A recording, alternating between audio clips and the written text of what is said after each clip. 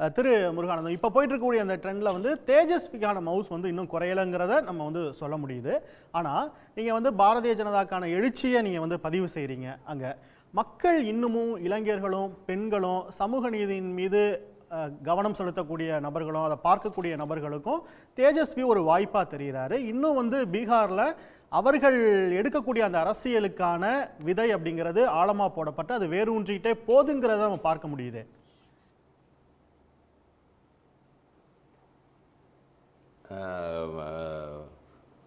அதாவது பல்வேறு விஷயங்களை சொல்ல முடியும். சகோதரர் ராம் அவர்கள் பேசுகின்ற பொழுது நீங்கள் வந்து வாக்காளர்களை கொச்சைப்படுத்தாதீங்க. நீங்கள் வந்து உங்களுடைய தனிப்பட்ட கருத்து இருந்ததுன்னா அதை சொல்லுங்கள். உங்களை வாக்காளர்கள் ஒரு அபரிதமான ஒரு பெரிய ஒரு வாய்ப்பை தேசிய ஜனநாயக கூட்டணி நரேந்திர மோடி அவர்களுக்கு அளித்திருக்கின்றார்கள் அப்படின்னு சொன்னோம்னா அதை ஏற்றுக்கொண்டு அடுத்த கட்டத்துக்கு என்ன விவாதமோ அதுக்கு வாங்க, ஆரோக்கியமாக பேசுவோம். எஸ்ஐஆரில் உங்களுக்கு என்ன பிரச்சனை? நீங்கள் சுப்ரீம் கோர்ட்டை வந்து நீங்கள் குறை சொல்லுகின்றீர்கள். நீங்களே ஒரு பெட்டிஷன்தாரராக இல்லை, யாராவது வந்து அவங்க போகலையா?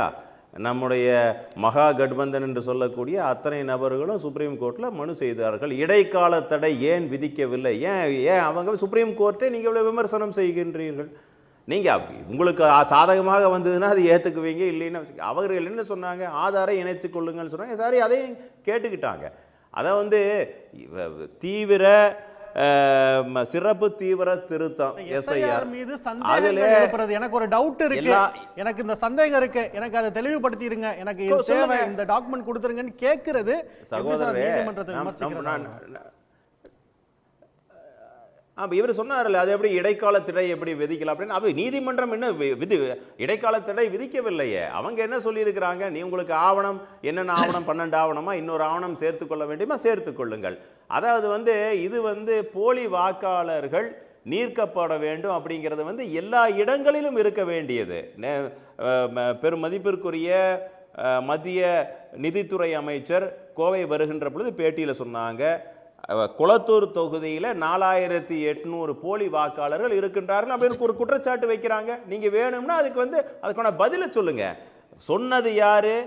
நிதித்துறையினுடைய அமைச்சர் சொல்லுகின்றார்கள். வந்து உங்களுக்கு அப்படி இருந்ததுன்னா நேரடியாக சொல்லுங்க. எங்க அவங்க வந்து ஒரு குறிப்பிட்டு சொல்றாங்க ஒரே பேர்ல 30 வாக்காளர்கள். சார், அது நீங்க எதிர்கட்சியில் இருக்கக்கூடியவங்க சொல்லணும். நீங்க வைங்க, வாதத்தை வைங்க. நீங்க வந்து ஆரம்பத்தில் இன்னும் நீங்க அப்டேட் ஆகாம இருக்கிறீங்க. இன்னைக்கு வந்து 1.5 மணி நேரத்தில் postal ballot sir. Ram sir, நேரடியா போவேனா? ராம் சார், தேர்தல் ஆணையம் தான் சார், அதுக்கும் பதில் சொல்லணும். நிதியமைச்சர் தேர்தல் ஆணையம் தான் பதில் சொல்லணும். நிச்சயமாக நாங்கள் அதை வந்து தெளிவாக சொல்லுகின்ற இந்த இருக்கின்றது சார். இது எஸ்ஐஆருங்கிறத பொறுத்த வரைக்கும் நடக்கக்கூடாதுன்னு நினைக்கிறீங்களா? எல்லா போலி வாக்காளர்களும் இருக்கிறாங்க சார், உங்கள் வீதியிலேயே இருப்பாங்க. நீங்கள் அதை புரிந்து கொள்ளுங்கள். இதை இந்த ரிவிஷன் அப்படிங்கிறது நிச்சயமாக நடத்தப்பட வேண்டும். நீங்கள் சொல்லுவதை பார்த்தால் 30 லட்சம் பேர்த்த அப்படியே நீக்கிட்டாங்க. ஏன் சார், அக்ரீவ்டு பார்ட்டின்னு ஒருத்தங்க இருப்பாங்கல்ல, அங்க பெரிய ஒரு புரட்சி வெடிச்சிருக்கோம்ல, அப்படிலாம் கிடையாது. ஒரு இடத்துல அது ஸ்பெஷல் ரிவிஷன் சார். இதுல யாரும் இதுல தோல்விக்கான காரணம் எஸ்ஐஆர்ல கொண்டு போய் சேர்த்தாதீங்க. நீங்கள் ஒப்புக்கொள்ளுங்கள். இதுல உங்களுடைய மகா கட்பந்தன் அந்த கூட்டணி, இண்டி கூட்டணி இல்ல, அங்க மகா கட்பந்தன், அந்த இண்டி கூட்டணி அங்க கிடையாது. மகா கட்பந்தன் கூட்டணியில பல ஓட்டல் உடசல்கள் இருக்கின்றது. அவர்களால் எடுத்து செல்ல முடியவில்லை, தாக்கு பிடிக்க முடியவில்லை. இன்னைக்கு ப்ரோ இன்கும்பன்சி இருக்கின்றது. அது ப்ரோ இன்கும்பன்சி அதை கொண்டு வருவது அப்படிங்கிறது எவ்வளவு கஷ்டம் அப்படிங்கிறது பத்திரிகையாளரால் உங்களுக்கும் தெரியும், அரசியல் கட்சி நடத்துகின்ற எங்களுக்கும் தெரியும். அதனால சும்மா பொத்தாம் பொதுவாக ஒரு விஷயத்தை தூற்றிவிட்டு போகாதீர்கள். அதை இன்னைக்கு இருக்கக்கூடிய ட்ரெண்டில் நான் இன்னைக்கு இந்த ஷோ, இந்த நிகழ்ச்சி ஆரம்பிக்கிறதுக்கு முன்னாலேயே சொல்லி இருக்கின்ற என்னுடைய கருத்து கணிப்பு இந்த அளவுக்குன்றது. நேரடியாக களத்திலே பணியாற்றியவன் பீகாரில். அதை வைத்து நான் சொன்னேன், மிகுந்த பணிவோடு சொன்னேன், இவங்க மீறி போனோம்னா இந்த மகா கட்பந்தன் கூட்டணி நான் செல்லுகின்ற இடத்துலையெல்லாம் நாம் போய் பார்க்க முடிகின்றது, மக்களிடத்திலே பேச முடிகின்றது, பல்வேறு அரசியல் நிபுணர்களோடு பேச முடிகின்றது, அரசியல் தலைவர்களோடு பேச முடிகின்றது, எல்லா இடத்துலையும் பேசுகிறோம். 3 டிஜிட் தாண்டதே ரொம்ப கஷ்டங்க ராம் சார். 3 டிஜிட் தாண்டதே கஷ்டம். அதுபோல் எங்களுடைய கூட்டணி எந்த அளவுக்கு வரும்னு அதையும் நான் புள்ளி விவரம் வைத்து விட்டேன். இன்னொன்று, எல்லா விதத்துக்கும் எஸ்ஐஆருக்கு வந்து குறை சொல்வது அப்படிங்கிறது கிடையாது. நீங்கள் யார் வேணாலும் கோர்ட்டுக்கு போகலாங்க, அதை போய் எதிர்த்து நீங்கள் கேள்வி கேட்கலாம். அவர்களே சரியான விஷயம் இல்லை என்று அதை நீங்கள் நடத்துங்கள் என்று சொல்லிவிட்டார்கள். அதை தாண்டி அக்ரீவ்டு பார்ட்டின்னு ஒருத்தருங்க இருப்பாங்க, என்னை சும்மா போலி வாக்கு நீக்கிட்டோன்னு வச்சுங்க, அதை நம்ம சும்மா இருக்க முடியுமா? அவர்களுக்கு பல்வேறு சலுகைகள் அல்லது பல்வேறு வழிகள் இருக்கின்றது. அதே போல் யார் வேணாலும் போகலாம். இன்றைக்கி வந்து BLA 2 வச்சு தான் நீங்கள் நேரடியாக போய் மனு கொடுக்கணும்னு அவசியம் இல்லை. நேரடியாக நெட்டில் உட்காந்து நீங்களே, நான் ஒரு ஆள், நான் என்னுடைய வாக்குரிமை பறிக்கப்பட்டிருக்கிறேன், நேரடியாக நானே மறுபரிசீலனை செய்து அதை கொண்டு போய் அப்ளை பண்ணலாம். அந்த மாதிரி பல விஷயங்கள் இன்றைக்கி வந்து விட்டது. அதனால் டெக்னாலஜிக்கலாக பல்வேறு விஷயங்கள் வந்து விட்டது. அதையெல்லாம் நீங்கள் புரிந்து கொள்ள வேண்டும். அதே போல் நீங்கள் தோற்பதாக இருந்தால், நீங்கன்னா உங்களை சொல்லலை, எதிர்கட்சியில் இருக்கக்கூடிய நபர்கள் தோற்பதாக இருந்தால் அது மின்னணு வாக்குப்பதிவில் கோளாறு, எலக்ட்ரானிக் ஓட்டிங் மிஷினில் கோளாறு, அது அவர்கள் இருக்கக்கூடிய இடமா இருந்ததுன்னா அது அங்கே மட்டும் ஒன்றும் பிரச்சனை இல்லை. அதனால் இது யதார்த்தமான சூழ்நிலை என்ன அப்படிங்கிறத நீங்கள் புரிந்து கொள்ள வேண்டும். அரசு வேலை, ஒவ்வொரு குடும்பத்துக்கும் அரசு வேலை அப்படின்னு சொன்னதற்கு பிறகும் மக்கள் பதிவு செய்கின்றார்கள் அப்படின்னு சொன்ன பொழுது திரு ஜென்ரல், நீங்க இதை குறிக்கிட விரும்புறீங்களா? உங்களுக்கான பாயிண்ட்ஸ் இருக்கா? ஒரே ஒரு செகண்ட் தான். இப்ப இருக்கிற நிலைமை, நம்ம பேச தொடங்கும் போது இருந்த நிலைமையை விட இப்ப தலைகீழாக போயிடுச்சு. இப்ப ஏராளமான வித்தியாசத்துல NDA முன்னணியில இருக்கிறாங்க, உண்மைதான். அது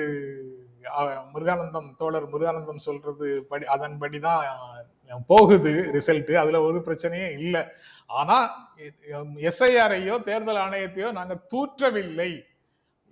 எழுப்பப்பட்ட சந்தேகங்களுக்கு அது விளக்கம் சொல்லல. அப்படிப்பட்ட ஒரு சூழல்ல தான் இந்த தேர்தல் நடக்குதுங்கிற யதார்த்தமா நடந்த விஷயங்களை மீண்டும் நினைவு கூறுறோம், அவ்வளவுதான். நீங்க தேர்தல் ஆணையம் பதில் சொல்ல வேண்டிய எந்த விஷயத்துக்கும் பதில் சொல்லல.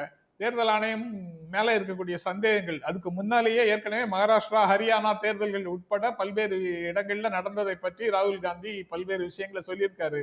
அதற்கும் தேர்தல் ஆணையத்திடம் இருந்து சரியான பதில் வரல. நீங்களே குறிப்பிட்ட மாதிரி, திரு முருகானந்தமே குறிப்பிட்ட மாதிரி, நிதியமைச்சர் சொல்லி இருக்கிறாங்க தமிழ்நாட்டில் அப்படி தகராறு இருக்குன்னு. அப்படின்னா அதுக்கும் தேர்தல் ஆணையம் தான் பொறுப்பு, அவங்க தான் பதில் சொல்லணும். அதுக்கும் பதில் சொல்லல. ஆக தேர்தல் ஆணையம் செல்ல வேண்டிய வேலையை கட்சிகள் எடுத்து, தேர்தல் ஆணையத்துக்கான பதில கட்சிகள் சொல்வது சரியில்லை, அவ்வளவுதான். சரி, தொடர்ந்து பேசலாம். திரு மூத்த பத்திரிகையாளர் திரு சந்திரசேகர் இருக்காங்க. ராம் அவர்களுக்கு சொல்லுகின்றேன், இந்த ஒரு விஷயத்தை சொல்லிடுறேன். அதாவது ஒரே ஒரு விஷயத்தை சொல்லி முடிச்சிடறேங்க, வேற ஒன்றும் இல்லை, அதிகமாக எடுத்துக்க மாட்டாங்க. இப்போ மீறி போனால் 20 செகண்ட். அவர் ராம் அவர்களுக்கு சொல்ல கடமைப்பட்டு இருக்கின்ற எல்லா அரசியல் கட்சிகளையும் தேர்தல் ஆணையம், உங்களுக்கு நினைவு இருக்குன்னு நான் நினைக்கின்றேன், தமிழ்நாட்டில் இருக்கக்கூடிய எல்லா கட்சிகள், ஒவ்வொரு மாநிலத்தில் இருக்கக்கூடிய எல்லா கட்சிகளையும் அழைத்து ஒரு தனி செஷன், 3 நாள் செஷன் அங்கே டெல்லியிலே நடத்தினார்கள். தமிழ்நாட்டில் இருந்து கூட அத்தனை அரசியல் கட்சிகளும் வந்தது, இன்க்ளூடிங் விடுதலை சிறுத்தைகள், இன்க்ளூடிங் காங்கிரஸ், எல்லாருமே அவங்களுடைய பார்ட்டிசிபேஷன் இருந்தது. இந்த SIR-ஐ பற்றி முழுமையாக அவர்களுக்கு விளக்கப்பட்டது. எல்லாமே என்னென்ன ப்ராசஸ்ஸு, அதற்கு என்னெல்லாம் செய்யலாம், எல்லா விஷயத்தையும் தேர்தல் ஆணையம் நேரடியாக கொண்டு போய் மக்களிடத்துலையும் அரசியல் கட்சிகளிடத்துலையும் கொண்டு போய் பொது பிளாட்ஃபார்ம்லையும் கொண்டு போய் வைக்கின்றது. அது என்னன்னாங்க, நம்ம உடனடியாக இப்போ இந்த ஸ்பெஷல் ரிவிஷன் அப்படிங்கிறத என்னைக்கு அது தேவை அப்படிங்கிறது பொழுது அதிகமாக போலி வாக்காளர்கள் சேர சேர நிச்சயமாக ரிவிஷன் தேவைப்படுகிறது. நீங்கள் அதை பற்றி கடந்து போக முடியாது. நீங்கள் இவ்வளவு பெரிய வெற்றி அப்படிங்கிறது ஒரு SIR-னால மட்டும் இவ்வளவு பெரிய வெற்றி வர முடியாதுங்க. சார், உடனுக்குடன் செய்திகளை தெரிந்து கொள்ள சன் நியூஸ் பெல் ஐகானை கிளிக் பண்ணுங்க.